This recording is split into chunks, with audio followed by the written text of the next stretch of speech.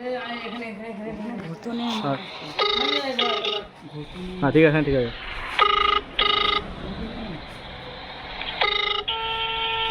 Hello আসসালামু আলাইকুম। ওয়ালাইকুম আসসালাম। হ্যাঁ কেমন আছো? হ্যাঁ ভালো আছি, তুমি কেমন আছো? এই আছি মোটামুটি। হ্যাঁ ভালো আছো না? হ্যাঁ আচ্ছা তুমি কার সঙ্গে আছো? ওই যে দাদা কাজ করে বালুর দোকানে, তুমি এসেছিলে বলে। ওই মাদার চোরের সঙ্গে?